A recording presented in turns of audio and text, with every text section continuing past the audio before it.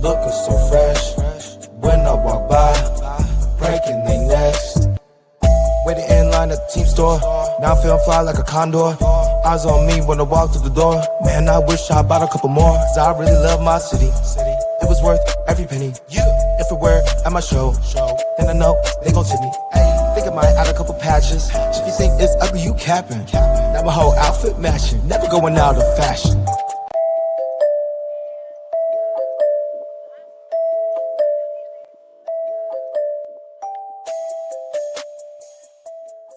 What's going on, everybody? Welcome, episode 666 of the Talking Padres podcast and YouTube show. Wait a second. I should be informed of this before you had me on for episode number 666. I'm not comfortable with this, Ben. Well, okay. Look, if people are going to react to that, which people are because now you're bringing it up, it's an episode number. Let's just get past it, and that is that, okay? Let's just move right on past that.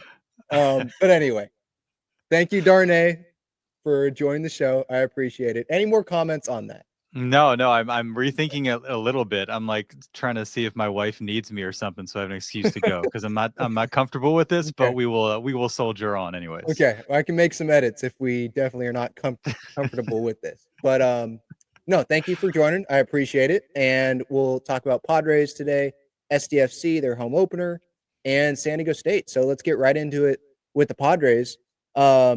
Which Padres have stood out to you so far this spring? I mean, it's still early, believe it or not. I know it's March 3rd. It seems like we've been talking about them for a while now, but we still got 3.5 weeks to go. But Matt Waldron stands out to me, Eggy Rosario, Terso Ornelas, but go ahead with some of yours. Yeah, some of the guys that you mentioned, it seems like the team has wanted for a while, like Stephen Kolek to become a thing. And, 5 scoreless innings so far. He's looked like he's comfortable in that new role. And they obviously believe that the pitch mix gives him some potential there to take that last spot in the rotation.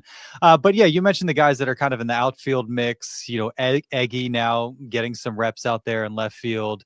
Tirso yet to strike out. Numbers, really good. Homered last week. I've been really curious about Oscar Gonzalez, just a guy that's done it before, has had a good season, who's been in the playoffs, who's had some big hits. The potential is there. He's obviously got a couple strikeouts in him. He limited that early on. I think he's had a couple of late. But there's a mix of guys there, young guys, lesser established, that I'm really intrigued by, vying for reps in the outfield and left field, essentially. And, part of me feels like if one of those guys really stands out and seizes that opportunity, like that's probably good for the team. Like Jason Hayward and Connor Joe, although, Joe's been working a good amount at first base, they give you a solid baseline. But I think those guys maybe give you more potential and certainly more long-term potential. Tirso obviously being a great story to you. One, a guy who's kind of very meticulously made his way up the, through the system. Gonzalez, the guy that played elsewhere, has had some tough seasons, injuries and all that. And, as we know, AJ Preller likes taking flyers on guys that like have some stuff,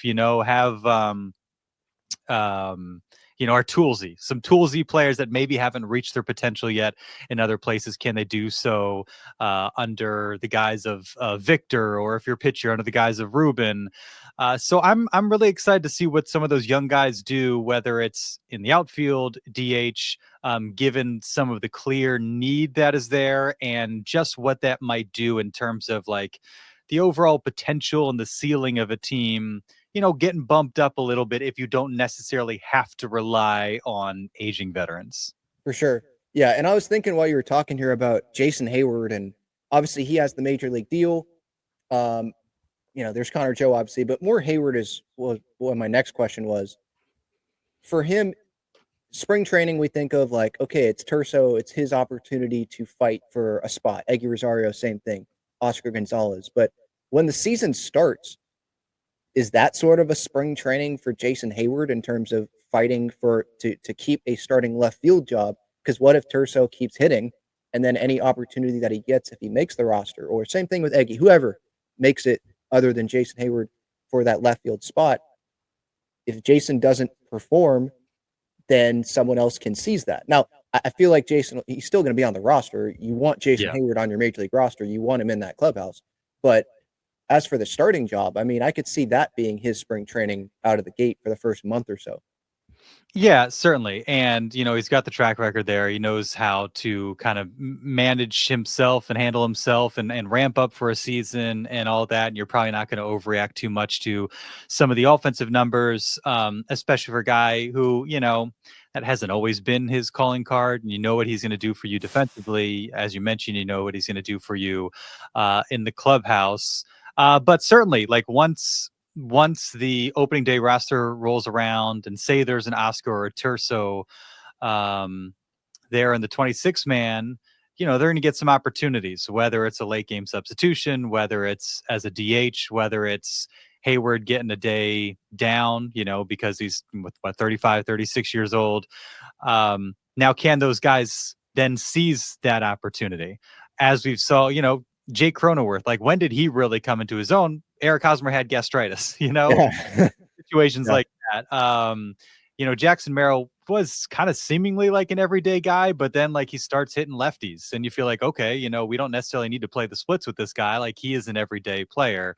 And I'm sure there's other examples that are escaping me at the moment, but yeah, certainly once you're kind of under live bullets, so to speak, the season begins. You've got guys on the roster. You've got one or two of those young guys that you believe is deserving. They've done enough.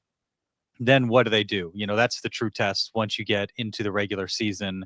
And, you see it every year. I mean, even, I think people kind of forget Kyle Higashioka was like, you could not have him in the lineup like the first 2 months of last season. He was detrimental to have in the lineup. Now he's great defensively, manages the staff, all that, but he did not hit worth a darn until he went nuts in June. And then he gradually kind of took over that spot. Maybe it was a bit even with Campusano until, September rolls around, you get into the postseason. But it gives you an example of just the swings that can happen through the course of a long season. Obviously, there's the injury component as well. Playing some of the splits lefty righty, something to consider, with a guy like Eggy Rosario, certainly as well. So it's going to be interesting to see how that all pans out. But you're right. The opportunity doesn't stop once you're through spring training. It will continue on. The battles and the competition will continue on once the regular season rolls around, especially when you have a guy that's a little bit, longer in the tooth, so to speak, and, injury availability, that sort of thing, wear and tear is going to be a factor as well.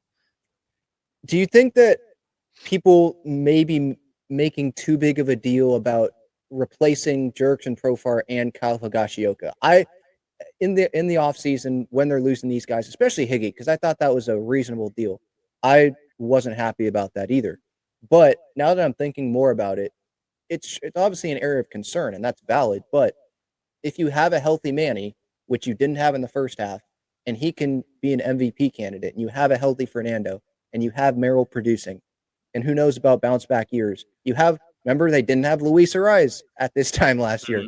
So having those pieces on the roster, healthy guys, like having a healthy Manny is going to be huge. So I think it can make it easier and put less of a load on if we're literally saying like Hayward or whoever has to literally replace Profar, or Elias Diaz has to literally replace the 20 homers, whatever Higgy hit last year. It can come from other spots. It doesn't have to come from that one person and be, one for one, if that makes sense. Yeah, and that's where maybe you feel a little bit more trepidation about the catcher spot, because like Tatis, Machado, those guys can't do what Higashioka does in terms of his work with the staff, controlling the running game, because that was such an issue under Nola, under others. Like it was so easy to steal. Yeah, so easy to steal against this team, and that was less of an issue under Kyle Higashioka. With Campy, you're still like waiting for him to really show you that he's the guy offensively, and then certainly in his management of the staff. And so from that standpoint, like those are kind of X factors and tangibles that you're not going to get from a Manny Machado, a Tatis, or a Jackson Merrill.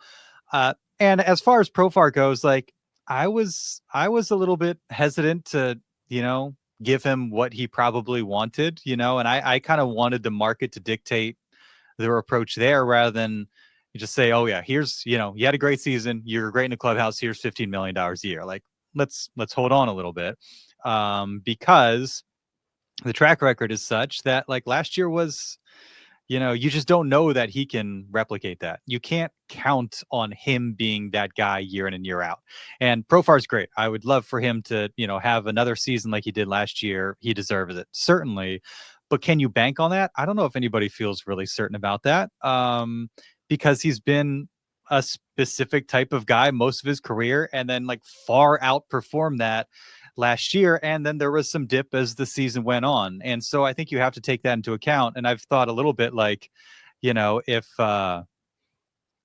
like, I'd be a little bit concerned if, like, can you really not win without Jerkson Profar? If Jerkson Profar is absolutely essential to this being a functional clubhouse and baseball team, we have problems. I'm sorry.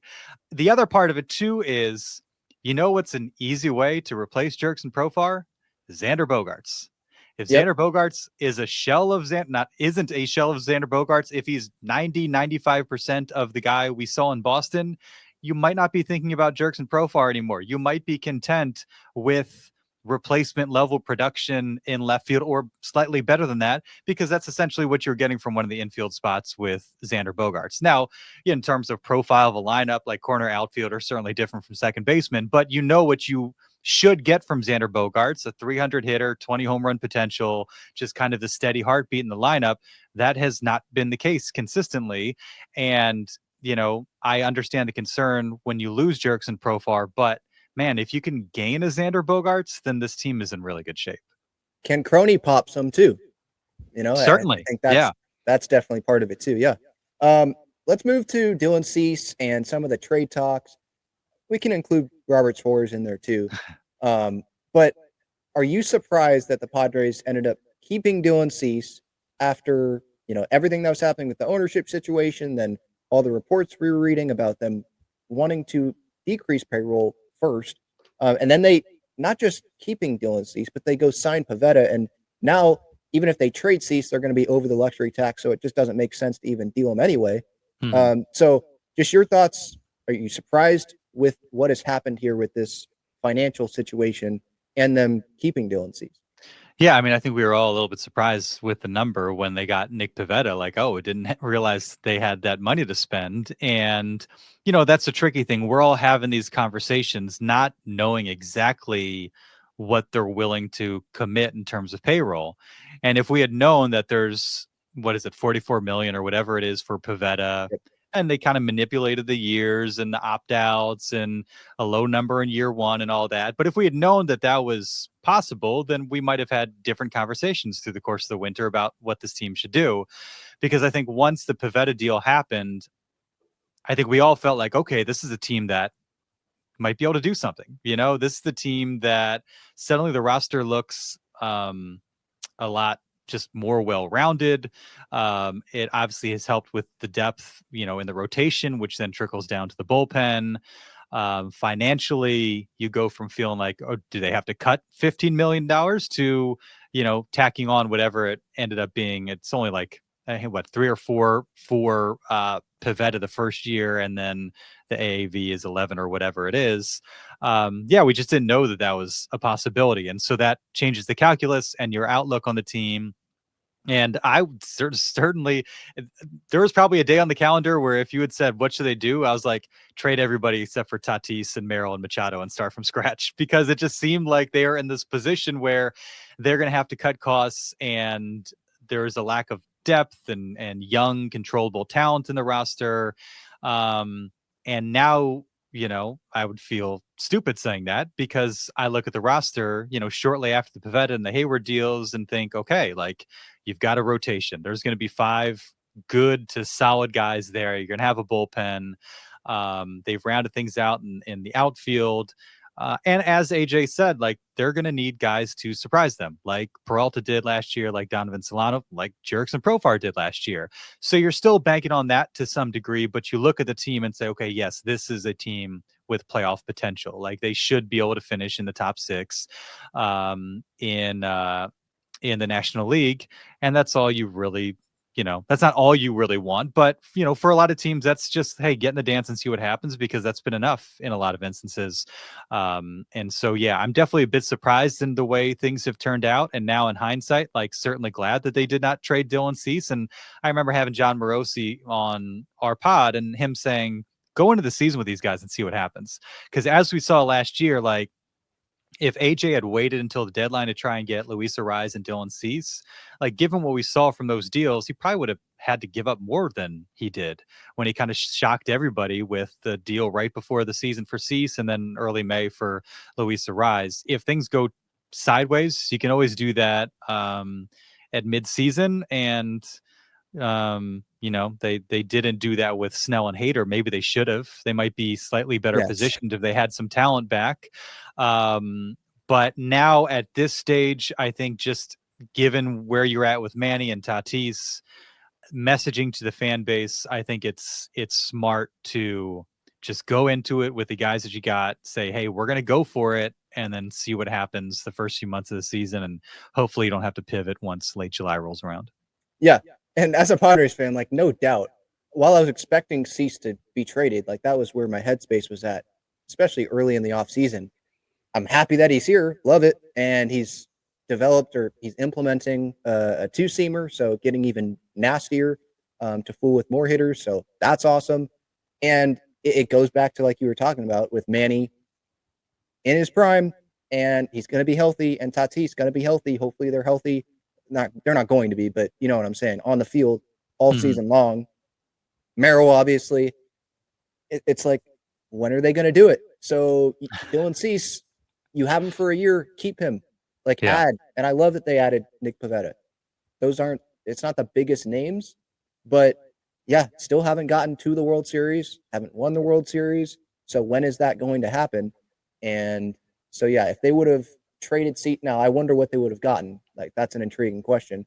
But yeah, super excited. I think Padres fans, you have to be excited that Arraez is still here at the top of that order, and that allows for Tatis to hit second, and you just have more depth in the order. It's a scarier order. You still have Suarez at the back end there. I'm interested in seeing what he's the one going to look like. Yeah, and well, I think that's still the interesting one that's kind of out there, because if there's a trade that makes sense, it's probably Robert Suarez, given that you have Jeremiah Estrada and Jason Adam and other guys down the list. Some of the guys that were in the competition for 4 and 5 are now just in the competition for 5, and now can be swingmen or long relievers. And so there's that trickle down effect as well. Yeah, but with Suarez, how much money he's making this year, they're still going to be over the luxury tax. So would you rather get back whatever you get for Suarez, or would you rather have someone that throws upper 90s? And he still got the job done in the postseason. I know that it was very worrisome and people were on the edge of their seats, and it's not like you're the most I was the most confident in Jason Adam in the post, him and Tanner Scott as the two, but he still was able to get the job done when his name was called. So that does have to count for something. But yeah, I know I was talking to someone earlier today about just the Padres when they asked, and it's like, yeah, it's easy to talk about the Dodgers and all the talent that they have, and how, oh yeah, they're not going to win the NL West because the Dodgers are there and all that, but they're still a talented core. They're still spending money. They have the payroll, and just ask that same Dodgers organization in 22 and 23, just having a great talented roster, and you win a lot of games in the regular season. That means nothing when it comes to October. Just get in. And I believe that's what a lot of fans, that's our mindset last year. And that's my same mindset this year. Just get into the postseason and then see what's going to happen, because there's still talent on this team.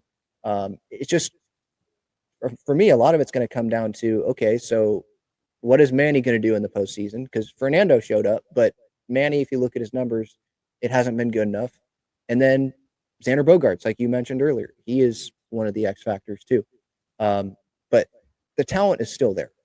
Yeah. Yeah. And, look, injuries do happen. There's a lot of things that happen through the course of a long season. Dodgers, answered the critics in terms of their playoff record this past fall, and with what they did, they seem like they're going to be so deep just with the the extraneous additions that they made that you feel like did you need to get? But the thing that was interesting is like they did a great job of rounding out their bullpen, but that was kind of one of the knocks on them early in the year is like, who do they have in their bullpen? Michael Kopech ended up being really good. Why am I who's There's a the bunch of one? Blake Trinan. Blake Trinan, yeah. looked like Blake Trinan in the postseason. But you can also understand them going out and getting Tanner Scott because like their bullpen didn't look all that intimidating for much of the season. And then same thing with the rotation. There was lots of injuries and that sort of thing. Like didn't really seem to have like a solid five for much of the year. And then they put it together in the postseason. Then they add Roki and they add Snell and all that. So it seems over the top, but maybe that's what the Dodgers need to do to get the job done in October. But there's just so much that can happen, and what can you reasonably expect from each of those arms, whether it's injuries or lack of experience or track record, that sort of thing. Like they're going to be really, really good, but you see them in a 5 or 7 game series, like if Cease looks like regular season Cease, like he wasn't, as at the level that you'd hoped he'd be, especially against the Dodgers. Michael King he was phenomenal. If Yu Darvish is healthy, Nick Pivetta continues to progress, now working with Ruben Niebla. Like you got guys that you feel like, okay, they might be able to give that lineup some trouble. You've got depth in the bullpen. Like if you can just limit that lineup, then you give Machado, Merrill, Tatis, hopefully Bogarts, Cronenworth, Arise, an opportunity to like give you a chance. It seems far-fetched given what we saw in October, even though they were so close. You lose the series, they stack up. Ohtani's now going to be able to pitch. It felt like a bummer of an off season, but like it would have been so much more of a bummer if they had let all that happen, just punted on the season, said, all right, buy Cease, buy Arise. It's not going to happen for us this year. Let's get younger and plan for 26, 27, 28. Instead, you have a group that has been there, has gone toe-to-toe with these guys, is probably a little bit salty. Pivetta seems like a fiery guy. He seems competitive. Like Schiltz got the right mindset. Like, let's roll out there and see what we can do. Yeah, for sure. All right, before moving on to SDFC and San Diego State, just want to shout out the main sponsor of the show, Gaglione Bros, famous cheesesteaks and garlic fries. Their main location is on Friars Road. They're inside Snapdragon Stadium, so maybe those that went to the match over the weekend, they were able to have some cheesesteaks. They're inside Petco Park as well, so check them out. All the info, the link in the description. But yeah, let's move on to San Diego FC. As someone that was there, I was not there, I was working, but someone that was there, what was it like being in that atmosphere? I saw you were walking through the tailgates, and that was a great video, just seeing what that was like. Just your overall thoughts on just the atmosphere. And do you think that is going to be a consistent atmosphere, if you will, this year? Yeah, I mean, time will tell. I think having the start that they did, winning the first match, having the atmosphere, people seeing that, hey, tailgating in Mission Valley is back. They even put out the video the day before to kind of like hype it up a little bit. You have a really engaged supporter section that, seemed to really fuel that tailgate. And it was a great scene in there. Like everybody was happy, having a good time, drinking, grilling, lots of food. And people seem so just genuinely over the moon about being there and having a chance to do that again and seeing this become real. The walk-in of the supporters was a good scene as well. And somebody commented to me like, hey, everybody was in their seat by kickoff, which isn't always the case. Like that's big.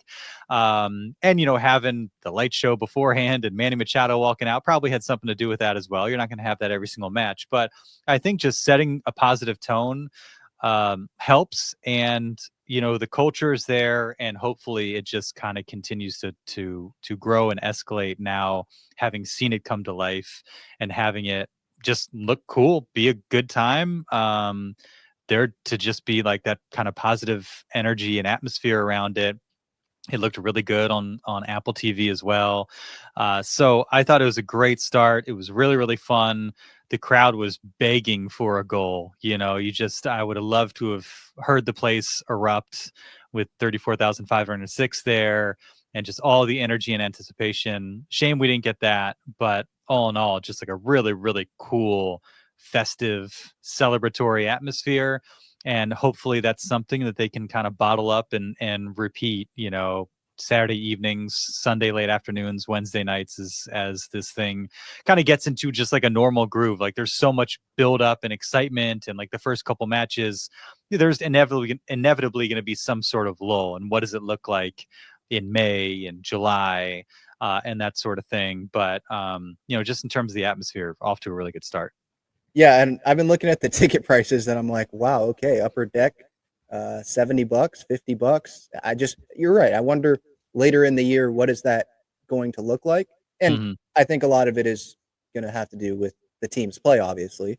Yeah, Chucky Lozano ends up coming off in the first half, and I think that probably put a little bit of a damper on things. Sure.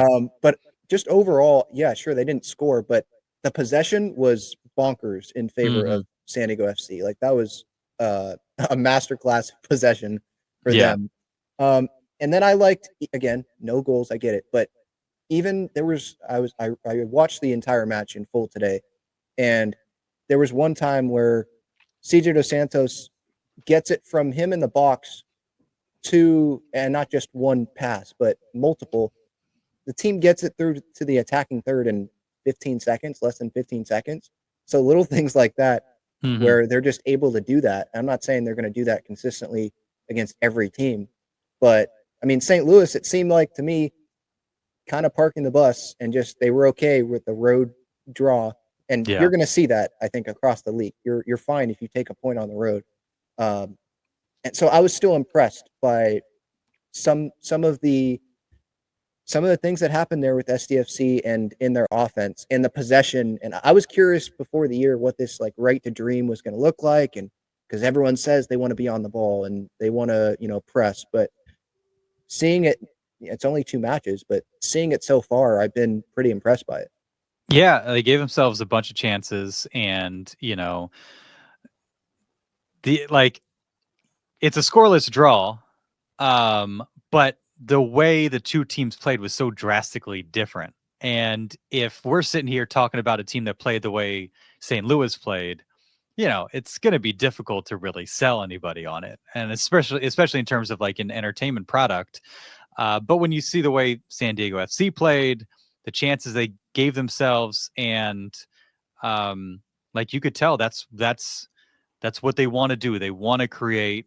They want to put pressure on defenses. They want to generate goal scoring opportunities, and like they've said throughout, like we want to be entertaining and we want to give that to the fans, and we want to reward their passion by playing a style of soccer that they're going to be proud of and get excited about. And they believe they're going to score a lot of goals. And so, clearly that's not lip service, because you saw it in Carson and you saw it even in the scoreless match where they were close on occasions and things might have fallen apart when they were one pass away or one touch away. Marcus Ingvartsen had a couple opportunities, had a nice shot that just sailed past goal. There are opportunities there. You see the way, because I think, like, again, this is coming from like a relative soccer newbie myself, but just the way they play, the way they possess, they're a little bit more compact than you see, but then they'll go on these like outbreaking runs. You know what I mean? And maybe it's just a matter of kind of lulling teams to sleep with their possession, and then boom, you've got Anders Dreyer streaking down the wing, or Chucky Lozano, or what have you, Luca De La Torre. They're a really good passing team, which has been impressive. They're creative. And so again, like I'm not like a soccer diehard through and through. I'm just somebody who's enjoyed covering it in this town and seeing it grow, and is learned what I can and enjoyed getting to know this team and this play and their players. And it's been fun to see it come to life on the field, and for them to stick to their word in terms of like playing their style and playing an entertaining, exciting style, one that hopes to generate a lot of offense. And so it's cool. Would have been cooler if it was 1-0 on Saturday, but the potential is there. And I think just starting off the way they have, like dominating possession, some of just kind of those baseline metrics against two MLS teams right out of the gates, I think is really promising. Yeah, for sure. And you talk about kind of being soccer newbie and all that, but I'll tell you this, and I'm not the only one that probably would say this if they had the opportunity to speak to you, but I appreciate what you've done these past few years now. I mean, since the wave came in, of like trying to understand the game and cover these teams, these clubs, because it's not just a Padres town. Obviously, this is a Padres mainly show, but it's not just a Padres town. And so I do appreciate that, and all the members of the media that do make that effort. It is appreciated. Well, I appreciate. I mean, thank you. I appreciate you saying that. I mean, to an extent, it's just the job, right? I mean, like, right. But it's been, that haven't had the best effort, in my opinion. Okay. Yeah, and like, it's been like when I started working here, it was a couple years after the Chargers, and the Padres clearly like seized that opportunity to kind of captivate the fan base, and good on them for doing that. And that's been really exciting to see. It's obviously a baseball town. It's evident year in, year out, and especially once we get to October. But it's also been cool to see it like find its identity or part of its identity in the sport of soccer, something that like was already part of kind of like the fabric of this city, especially being close to the border. And so while I do very much appreciate you saying that, it's also just the job. Like, this is You're like, a Ben, baseball come town. on, dude. I'm just doing my job. This is a soccer region. And so it would be kind of irresponsible for me to not like learn about these teams and try to cover them the right way. So, and really it's been fun. Like, I just enjoy covering what people get excited about. People were excited about the Loyal, people were like really excited about the Wave, and now it just continues to grow with MLS. So it's been fun. Yeah. And what I'll say, you hit on the Wave there, and just, I think, during March, definitely there's a lot of Aztecs talk with basketball. Yes, Padres town. For me, these past couple of weeks, it sure seems like San Diego FC, and I'm a big sports radio guy, listening to the shows and all that. It seems to me like, obviously it's Padres, but SDFC has actually become a topic that is being discussed on pretty much every show, not just Padres. And then You're talking about John whatever. And Well, yes. Okay. Yep. Yes, I will mention them. But just other shows too, like other shows around town, Ben and Woods, they're talking about soccer, and it's nice to hear. I hope that people don't get too hard on them because they are learning the game, but I like that they're making the effort doing so. And yeah, my point with that, I guess, is just, it's great that there's really a second team in town that is another topic to go to other than just the Padres. And obviously this is a Padres show. I'm going to talk mainly about the Padres, and so is every other show, but it's just great to have that other sport as well. And now I work for the Wave, so I can't, give my full thoughts on this, but I don't think I knew that you work for the Wave. Yes, I do. We can talk about that more offline, but, but what I've noticed is, while it's great that there's a second team or the second, conversation on like sports radio shows, for example, it seems like to me that, oh, okay, so you're talking about SDFC, but where was this with the Wave? Because SDFC, and I'm not including you in this, by the way, because I've loved your coverage, and you've had interviews with like Naomi Gurma, for example. For you, I get it. But for these shows, they weren't talking about what happened with the Wave this past weekend in a match. And so it's just confusing to me because MLS is not the top league in the world, and they don't have the best player, the best defender in the world on their team. Players like that. The Wave literally had that. And, Alex Morgan, that's a pretty big figure. Yeah. And so to me, it's just like, and it's not like they sucked, 2023 Shield, 2 playoff appearances, won a playoff game. To me, it's just like, oh, interesting that why are we talking about SDFC, but that didn't happen with the Wave. Maybe they get a mention, but not extensively like this. And so I hope that will change when the Wave season starts later this month. Yeah, and I think, it's really going to be interesting to see what their season looks like. I know you, like myself, bummed to see, Naomi Very go bummed. and Yep. Jaden Shaw, obviously Alex Morgan. That was a stunner for everybody last fall. And, they were on such an incredible trajectory, up until like a year ago around this time when they win the Challenge Cup in their opener. And you're like, all right, here goes. And then things just went south. Casey Stoney gets fired. And it's just like one Abby Dahlkemper and like one just big, departure after another, culminating with, like you said, one of the brightest talents in the game. Somebody's, and Naomi was like a great person to talk to, ambassador, did work, did some work in the city. And so like checked all the boxes and was, according to ESPN, the number 2 soccer player on the planet. Yep. Pretty cool thing to have in your city. Should be someone you talk about, but yeah.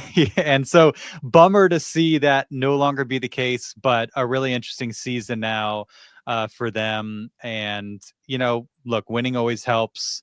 Having those big name star players always helps. Having Chucky Lozano certainly helps. Having Alex Morgan helped. Now we're figuring out a little bit more of like how good Anders Dreyer is. Yep. And then we'll have that opportunity now with what was it, Kenza Dali, Adrian Leon, some of these new players, Gia Corley, the college players that they brought in. And so, it'll be interesting to see. Winning always helps. We'll see what Jonas does. We'll see how these young players progress. One thing I think is like, we didn't know when the wave started, it was like Alex Morgan, right? Mm-hmm. And that was like, that's who we knew of. And like halfway into the season, you're like, oh, and Naomi Girma, oh, and Kaylin Sheridan, oh, and all these other players. Hopefully that's the case now with this new crop where once they're out in the field, we realize, oh, wow, this player is really, really good, or I wasn't familiar with them and what a talent. And, this player's 18 or 20, super young, but maybe they're the next Jaden Shaw, or maybe they're the next Naomi Girma. So hopefully that's the case for them. They can get back on track, and hopefully it'll generate more conversation because they're deserving of it. And I mean, you make a great point. Like the cool thing about NWSL is you are seeing some of the best players in the world. They're spread across leagues in Europe as well, but you're seeing Olympians, World Cup winners, players with top international experience. And so I'm looking forward to kind of getting to know this team a little bit more and seeing which of those players pop.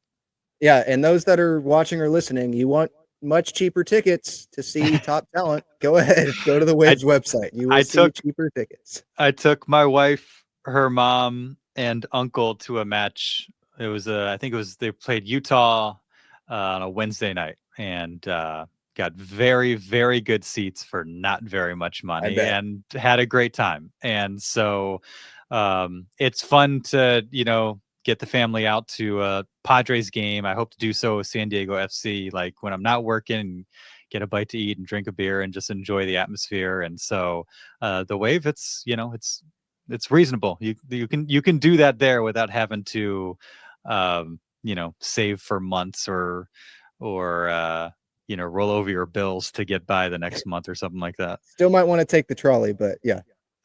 I did hear that it was pretty easy getting out on Saturday. Okay. My parents were actually at the match, and they said it was, and I was telling them, I was like,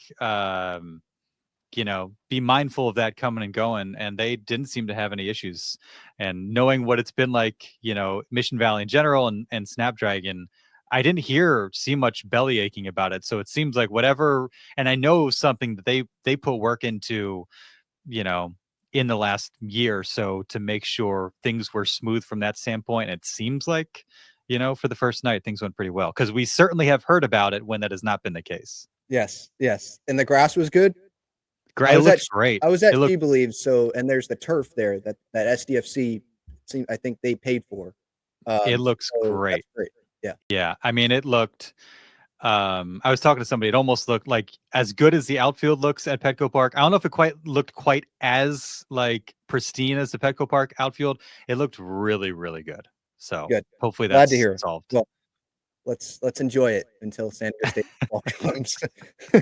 I did look at the schedules. I mean, I think it seems like they're gonna be able to avoid like nightmare weekends where it's like, Wave Friday, SDSU Saturday, SDFC Sunday. Like it seems like at worst you'll have some where it's like 2 per weekend. And even then, I don't think it's going to happen like a ton. So yeah, hopefully all the issues we saw in the fall are a thing of the past. Yeah. All right. Last one here. San Diego State basketball. Obviously, we're getting closer to the end of the regular season and then the conference tournament. I feel like if the Aztecs can, put solid performances together, that they will be able to get in and not have to win the Mountain West tournament. But Magoon Guath, I'm kind of asking for a little bit of an update here if you do know anything. But yeah, he, the knee sprain, I think is what they were calling it. That's obviously huge. But what I've liked about this Aztecs team is seeing athleticism this year from guys like Miles Bird. But there's leadership from Nick Boyd, and then there's other guys that have pleasantly surprised me, I guess is the right way to put it. Miles Heidi, JCJ.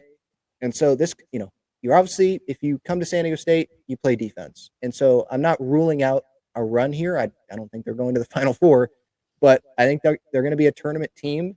And it's not like they're not going to do anything in the tournament. I think they still can do something in the tournament. Certainly, having a healthy Magoon Guath would help greatly to that end. Look, as it stands now, Selection Sunday is the 16th. If they avoid the first four, that's what, the 20th? So that's 17 days away from potentially their first round game of the NCAA tournament. I thought about, remember when Matt Mitchell kind of had the hyperextension of his knee a few years ago now, and it looked really, really bad at the time. Hyperextended a different way, but it also looked ugly and worrisome. And I think he was back in about 10 days. And so we're at like a week plus since Magoon's injury. That was on a Saturday, right? Yeah, I believe so. Against Utah State. So yeah, you're looking at like a week and a half since that injury, and now you have potentially 17, 2+ weeks between now and your first NCAA tournament game. It's a decent amount of time. Again, depending on the severity of the issue, Matt Mitchell obviously a slightly different build than Magoon Guath, so that might factor into it as well. Yeah. But I think like you beat UNLV, if you can beat Nevada, I think you're solid. Like I think given where they are, according to the Joe Lenardis of the world, it seems like they have a pretty good chance. And then, win a quarterfinal game in the Mountain West tournament, and you probably feel pretty good on Selection Sunday. So avoiding slip-ups this week would be huge. Dutch always says we get better as the season goes on. They seem to play some of their best basketball once it gets to late February and into March. The way they played against New Mexico was really encouraging. Jared Coleman-Jones, playing really well in the first half. Miles Bird starting to find it a little bit more. BJ Davis. So, hopefully they can just do enough now to bide their time, get in, and then hopefully be as healthy as possible. But I feel a lot better about where they're at now than, heading into that New Mexico game when they were teetering a little bit more. I think what they've been able to do in the last week or so is helped out a bunch. And if they can just finish strong, then I think they go to Vegas without feeling too much pressure. And then it's just a matter of getting healthy, get Magoon back on the floor, hopefully get a favorable matchup or bracket and see what they can do. Yeah. Good thing they have that win against Houston, because seriously, Houston's now number 3 in the AP top 25, 25-4 this year. Because Creighton, we thought okay, Creighton, great, but Creighton's not even ranked anymore. Didn't expect that win over UC San Diego to look as good as it does either. That's true. Yes. Congratulations to them. I mean, holy cow. It's unbelievable. I mean, they might not need to win the Big West tournament to get into the NCAA tournament, which is just crazy. For a Big West team, you just don't see it very often. I was there, Lenardi has them as an 11, and the last time a Big West team was higher than a 12 was 2005. You just don't. Big West teams don't get that type of seed, and they certainly deserve it. There's been enough buzz around them. They got UCSD. They got 17 votes for the AP Top 25 this most recent week. Yeah. So they've been able to avoid kind of one of these disastrous slip-ups, and they've just been bulldozing teams. And so, I think if they do that 2 more times this week, I would be shocked if they got bounced in their Big West tournament opener. I think you win these two, you win one game they're not in Vegas, outside I think Henderson or something like that. Then like you're looking at two teams from San Diego in the NCAA tournament for the first time, which should be incredible. Pretty cool. Yeah. All right. Darnay Tripp, NBC7 San Diego, On Fire podcast that he has with Derek Togerson. Great work that he does. Thank you so much for the time, Darnay. I appreciate it.